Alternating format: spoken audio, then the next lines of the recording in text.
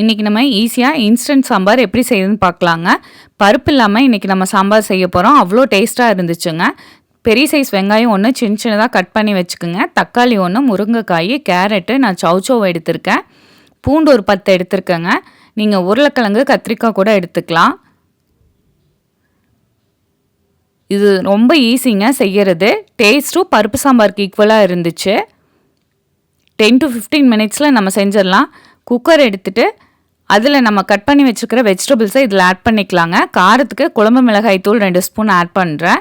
மஞ்சத்தூள் ஒரு பிஞ்சு ஆட் பண்ணிவிட்டு தண்ணி 1 டம்ளர் ஆட் பண்ணி ஒரு 5 விசில் விட்டு எடுத்துக்கலாங்க.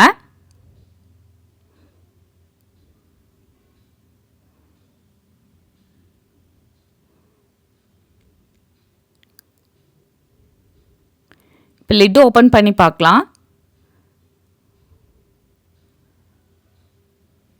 பாருங்கள், நல்லா வெந்துருச்சு. லைட்டாக ஸ்மாஷர் வச்சு நல்லா கடைஞ்சி விட்டுக்குங்க. ரொம்ப கடைய தேவையில்லை, லைட்டாக கடைஞ்சி விட்டுக்குங்க. கடலை மாவு 2 ஸ்பூனு மிக்ஸ் பண்ணிவிட்டு அதையும் ஆட் பண்ணிக்கலாங்க. தண்ணி தேவையான அளவு ஆட் பண்ணிக்கலாம். கடலை மாவு ஊற்றுனதுனால குழம்பு கொஞ்சம் கெட்டியாகும். அதனால தண்ணி ஊற்றிக்கிங்க. ஊற்றிட்டு ஒரு 5 நிமிஷம் நல்லா கொதிக்க விடுங்க. மிக்ஸ் பண்ணி விட்டுட்டு இது டேஸ்ட் பருப்பு சாம்பார் மாதிரி தாங்க இருக்கும். தேவையான அளவு உப்பு ஆட் பண்ணிக்கிங்க.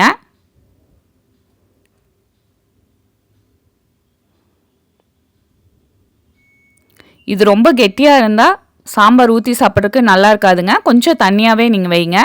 தாளிச்சிக்கலாம். நான் நெய்யில் தாளிக்கிறேங்க. நெய் ஊற்றிட்டு கடுகு போட்டுக்குங்க. கடுகு பொரிஞ்சதுக்கப்புறம் ஜீரகம், கருவேப்பிலை, வரமிளகாய் போட்டுக்கலாம். இப்போ இதை நம்மளோட சாம்பாரில் ஆட் பண்ணிக்கலாங்க. இது டிஃபனுக்கு அவ்வளோ சூப்பராக இருக்குங்க. ஃபைனலாக கொத்தமல்லி இலை ஆட் பண்ணிவிட்டு பெருங்காயத்தூள் கொஞ்சம் ஆட் பண்ணிக்கிங்க. அது நான் காமிக்கல. நல்லா மிக்ஸ் பண்ணி விட்டுட்டு சுட சுட இட்லியோட சர்வ் பண்ணுங்க. அவ்வளோ சூப்பராக இருக்கும். 2 இட்லி சாப்பிட்றவங்க 5 இட்லி கண்டிப்பாக சாப்பிடுவாங்க.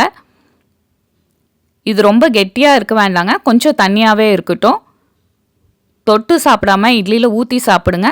சூப்பராக இருக்கும். கண்டிப்பாக இந்த இன்ஸ்டன்ட் சாம்பாரை உங்கள் வீட்டில் ட்ரை பண்ணி பாருங்கள்.